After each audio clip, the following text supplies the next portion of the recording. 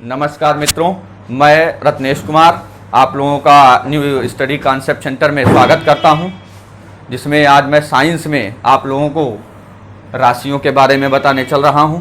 राशियों को जानने से पहले इसकी जो बेसिक जानकारियां हैं उसको थोड़ा समझ लेते हैं। खासकर यह वीडियो सुपर टेट, टेट और तमाम प्रकार की प्रतियोगी परीक्षाओं में महत्वपूर्ण है, क्योंकि आप कोई भी वैकेंसी का एग्जाम देने जा रहे हैं तो उसमें राशियों से संबंधित एक क्वेश्चन अक्सर डाल दिए जाते हैं। खासकर अभी सुपर टेट और सी टेट में भी एक क्वेश्चन आता है, इसलिए इस टॉपिक को बड़े सावधानी से बड़े अच्छे से समझ लेंगे तो सारी चीज़ें क्लियर होती चली जाएंगी। बस थोड़ा सा आपको कॉन्सेप्ट समझना होता है साइंस में। अगर आप साइंस से देखेंगे तो फिजिक्स, केमिस्ट्री और बायोलॉजी को मिलाकर लगभग 5 से 10 क्वेश्चन और सुपर टेट में जा रहे हैं 10-12 क्वेश्चन तक आते हैं। तो आपके लिए वीडियो बहुत महत्वपूर्ण है, इसलिए आप बड़ी सावधानी से सिर्फ शब्दों की परिभाषाएं जो हैं उनको समझना बहुत जरूरी है। जैसे अब हम बात कर रहे हैं राशियों पर, तो राशियों की बात करते हैं तो राशियां क्या होती हैं पहले तो ये जानना जरूरी है। ये कितने प्रकार की होती हैं और कितने प्रकार की होती हैं और इनका उपयोग हम अपने दैनिक जीवन में किस प्रकार से करते हैं। वैसे जनरली लाइफ में हम लोग डेली करते रहते हैं, बस होता क्या है कि चीजों को समझ के अपने पारिमार्थिक व्यवहार में लाना उसको, और आप डेली जानते हैं। जैसे अभी देखिए हम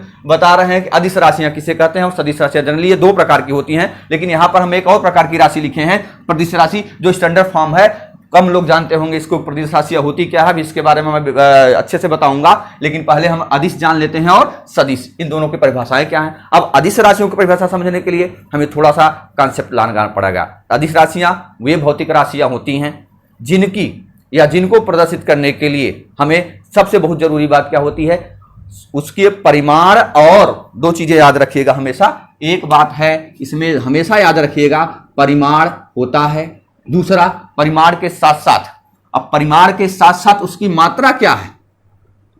और एक टर्म याद रखिएगा, मात्रक से ही सब कुछ नहीं हो जाता।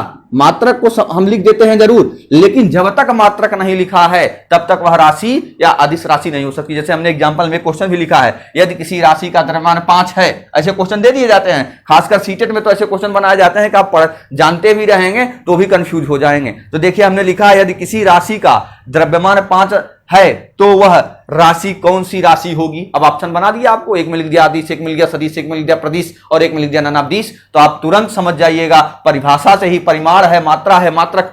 इसमें देखिए मात्रक है ही नहीं, स्पष्ट दिखा लिया। 5 मतलब क्या है, ये सिर्फ और सिर्फ परिमाण को प्रदर्शित कर रहा है, और परिमाण 5 है लेकिन मात्रक कुछ नहीं है, अर्थात यह कोई राशि नहीं है।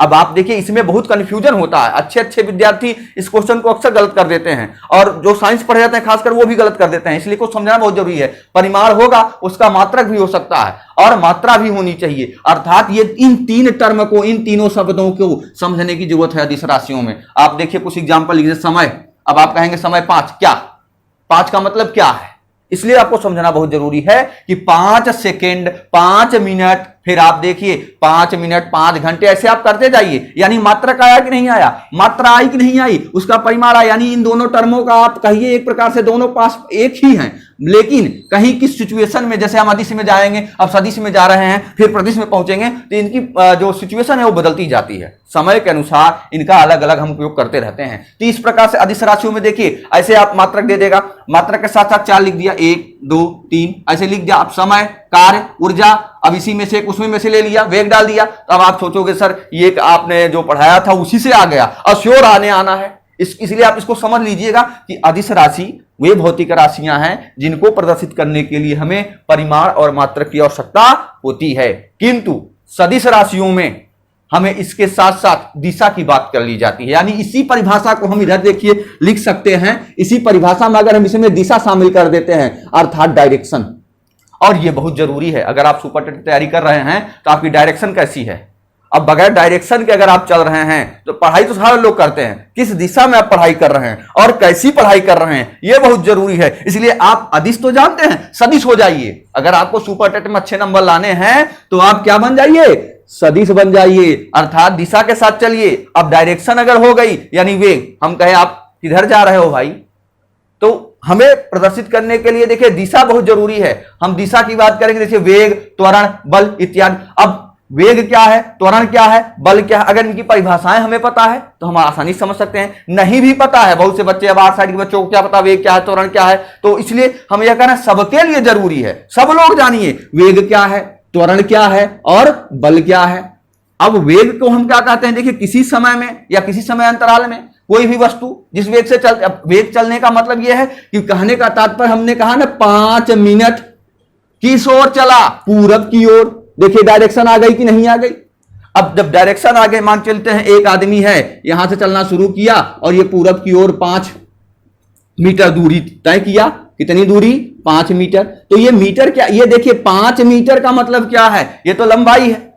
लंबाई का मापते हैं तो मीटर में मापते हैं। तो देखिए अदिश के साथ साथ सदिश, यानी आप कह सकते हैं कि अदिश राशियों की जो परिभाषाएं हैं वही परिभाषा सदिश में, बस दिशा की एक बहुत महत्वपूर्ण बिंदु है। इसी को अगर हम पकड़ लें ये, तो हमारा ये क्लियर हो जाता है। अर्थात अदिश और सदिश तो क्लियर हो गया कि नहीं हो गया। वेग, त्वरण, त्वरण क्या है, अब कहेंगे एकांक समय में चलेगी दूरी। अब rate of change of displacement आप बोल सकते हैं। तो कहने का तात्पर्य डिस्प्लेसमेंट में विस्थापन आ गया। तो अभी हम इसको अगले वीडियो में बहुत सी चीजें इसमें और स्पष्ट कर देंगे। वेग क्या है, त्वरण क्या है, बल क्या है, तो आप सब जान जाएंगे। विस्थापन क्या है, चाल क्या है, दूरी क्या है और वेग क्या है। खासकर 2 चीजें और याद रखने की जरूरत होती है। कभी कभी वेग और चाल में अंतर पूछ लेता है, तो उसको चर्चा हम आगे करेंगे। अब इसको आप देखिए, ये एग्जाम्पल हो गए वेग और त्वरण और बल। कभी कभी इसमें पूछ लिया जाता है बल, तो आप बल क्या कहोगे, 5 बल कहोगे क्या? ऐसा तो कोई कहीं नहीं है, ऐसा कोई सोच भी नहीं सकता। कहेंगे 5 न्यूटन का बल, कहते हैं कि नहीं कहते हैं? 5 न्यूटन का मतलब क्या है, देखिए मात्रक आ गया कि नहीं आ गया।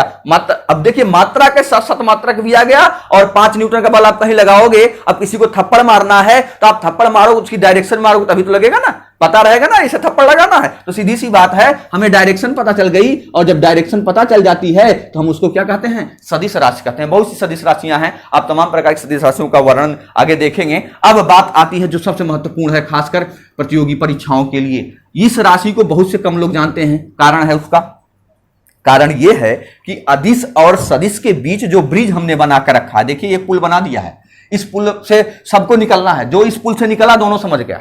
अब कारण क्या है, कारण यह है कि ये भी राशि, ये भी परिभाषा दोनों मिला के ये बनता है।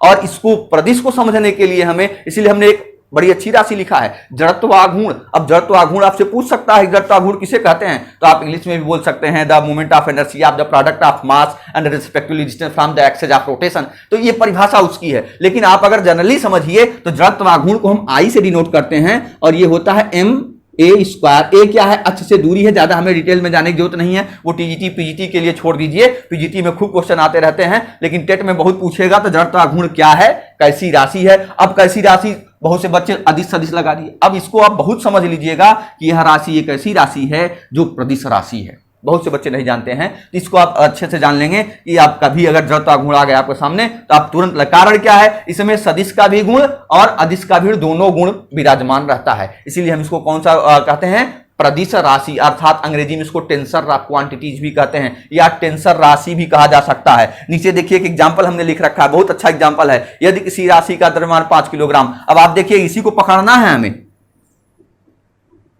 द्रव्यमान कितना है, 5 किलोग्राम। अब 5 किलोग्राम है तो वह पूछ लिया ना कि कौन सी राशि होगी, तो आप स्पष्ट बता देंगे वह कौन सी राशि होगी। आप अनुमान लगाइए। 5 किलोग्राम का मतलब देखिए इसमें क्या है, देखिए अब 5 किलोग्राम का मतलब यह है कि मात्रा भी है। अब किलोग्राम का मतलब क्या है, इसमें नहीं जाइएगा, इधर चले आइएगा, क्योंकि 5 किलोग्राम की डायरेक्शन नहीं आप निकालने वाले हैं, क्योंकि डायरेक्शन नहीं निकलेगी। तब आप यहां क्या लगाएंगे, ये अदिश राशि हो गई। यानी देखिए दोनों क्वेश्चन अदिश राशि के हैं, जबकि बच्चे जब पढ़ेंगे तो कहेंगे ये सदिश है। ऐसा कहने का मतलब यह है कि कहीं न कहीं आप कॉन्सेप्ट में पीछे हैं। हमारे चैनल का नाम ही है न्यू कॉन्सेप्ट स्टडी सेंटर, अर्थात यहाँ कॉन्सेप्ट खूब मिलेगा। उसी कॉन्सेप्ट को ले जाकर परीक्षाओं अप्लाई करिए, अच्छा नंबर पाइए। बस इस तरीके से आप तमाम चीजों को समझते चलिए और स्पष्ट रूप से आप देखिए अदिश भी क्लियर हो गया, सदिश भी हो गया और आप देख रहे हैं प्रदिश भी हो गया। बस इन्हीं एग्जाम्पलों को आप नोट करते चलिए। एक बात करनी भूल गए हैं हम, ये कार्य और ऊर्जा, ये बहुत बार पूछा जाता है।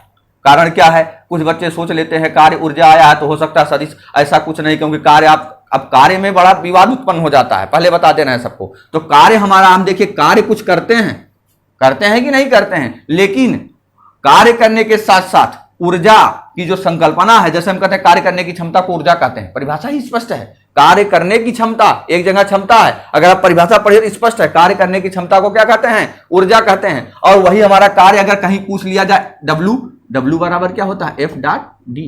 अब ये फार्मूला बड़ा महत्वपूर्ण है। अब देखिए बल आ गया कि नहीं आ गया, अब आप इसमें और कई नियम है, उसकी चर्चा बहुत बाद में हम करेंगे, लेकिन इसमें जानते रहे W बराबर F डॉट D, अर्थात आप कोई कार्य कर रहे हो तो कार्य करने, अब कार्य में देखिए कार्य का मात्रक क्या हो गया, कार्य का मात्रक सब लोग बहुत जानते हैं, बहुत बार पूछा गया, कार्य का मात्रक आप क्या लिखते हैं, बोलिए जल्दी से। कार्य का मात्रक हम लिख देते हैं क्या, जूल भी लिखते हैं। और जूल किसका मात्रक होता है, ऊर्जा का। आप कहेंगे सर जूल ऊर्जा का मात्रक है, जूल एक वैज्ञानिक भी रहे, ये भी जानते रहिए, कभी कभी ऐसे सीधे स्टेट में पूछ लेता है कि जूल, अब जूल एक वैज्ञानिक भी रहे हैं। तो आप इसी से आप देखिए तमाम प्रकार के, आप जूल मिल गया, जूल किसका मात्रक मिला आपको। अब इसका एक छोटा मात्रक, आइए CGS और MKS में जाएंगे, बहुत आगे जाएंगे, आगे जाने की जरूरत नहीं है हमें, हम अब आगे चल रहे हैं, आपको बताएंगे। इसका एक छोटा मात्रक होता है क्या, अर्ग। ये भी खूब पूछा जाता है, कभी कभी दोनों लिख दिया जाएंगे और कह दिया जाएगा बताइए किसका मात्रक है, CGS में है कि MKS में। जहां अर्ग आएगा, अर्ग जहां आया वहां तुरंत जान जाइएगा CGS ही है। और ये जो हमारा है ये MKS है, दोनों को अगर आप देखिए तो दोनों कई बार पूछे गए हैं। कभी कभी जूल का रिलेशन अर्ग से पूछ लेता है, 1 जूल बराबर कितने अर्ग के, 1 जूल बराबर आप लिख सकते हैं 1 जूल बराबर 10 की घात 7 अर्ग के। अब यहां पर एक क्वेश्चन बहुत महत्वपूर्ण आपके सामने आ जाता है, इसको समझना अति बहुत जरूरी है। क्यों, क्योंकि 1 जूल बराबर सब लोग जानते हैं, लेकिन अगर पूछ लिया 1 अर्ग बराबर, पूछा है इसलिए बता रहे हैं, पीसीएस में खूब पूछा गया क्वेश्चन है। पीसीएस में एक बार पूछ लिया था 1 अर्ग बराबर कितने जूल के। अब बच्चे इसको इधर ही नहीं कर पा रहे हैं, अब भाई जो नहीं किया वो नहीं कर सकता है, इसको नीचे करके ऊपर कर दीजिए, पावर चेंज हो जाएगी। अर्थात आप लिखेंगे 1 अर्ग बराबर लिखेंगे -10⁻⁷ जूल। बच्चे सुने नहीं रहते हैं। तो इस तरीके से आप देख रहे हैं कि आपको जितनी भी राशियों से संबंधित बातें थी लगभग हम कवर कर लिए, और आप देख रहे हैं कि आप आदि सीख लिए। हाँ, थोड़ा सा आप लोग इसको नोट्स बनाते चलेंगे, क्योंकि ये नोट्स मिलने वाली आपको नहीं है, स्पष्ट बता दे रहे हैं। जिस तरीके से आप सोच रहे हैं, जो चीजें हम लिख दे रहे हैं, उसको थोड़ा थोड़ा आप नोट करते चलेंगे, और जो कॉन्सेप्ट में आपको प्रॉब्लम होती रहेगी उसको मैं अक्सर क्लियर करता रहता हूं, तो क्लियर हो जाएगा। तब अगर कोई कह दिया, जैसे कह दिया हमने 1 अर्ग का काम किया, अब 1 अर्ग का काम का मतलब क्या है, 1 अर्ग का काम का मतलब ही है कि कुल मिला के वो कार्य की बात कर रहा। आप देखिए कार्य और ऊर्जा की, यहां पे बीमा एक बार पूछ लिया था, अब बच्चे बीमा सुने ही नहीं है। बीमा का मतलब वही डायरेक्शन से ही है। बीमा का मतलब आप जब लिखते हैं ना कि डायमेंशन, इसको देखिए बीमा को इंग्लिश में डायमेंशन कहते हैं, ध्यान दीजिएगा, लेकिन डायरेक्शन से ही रिलेशन है इसका।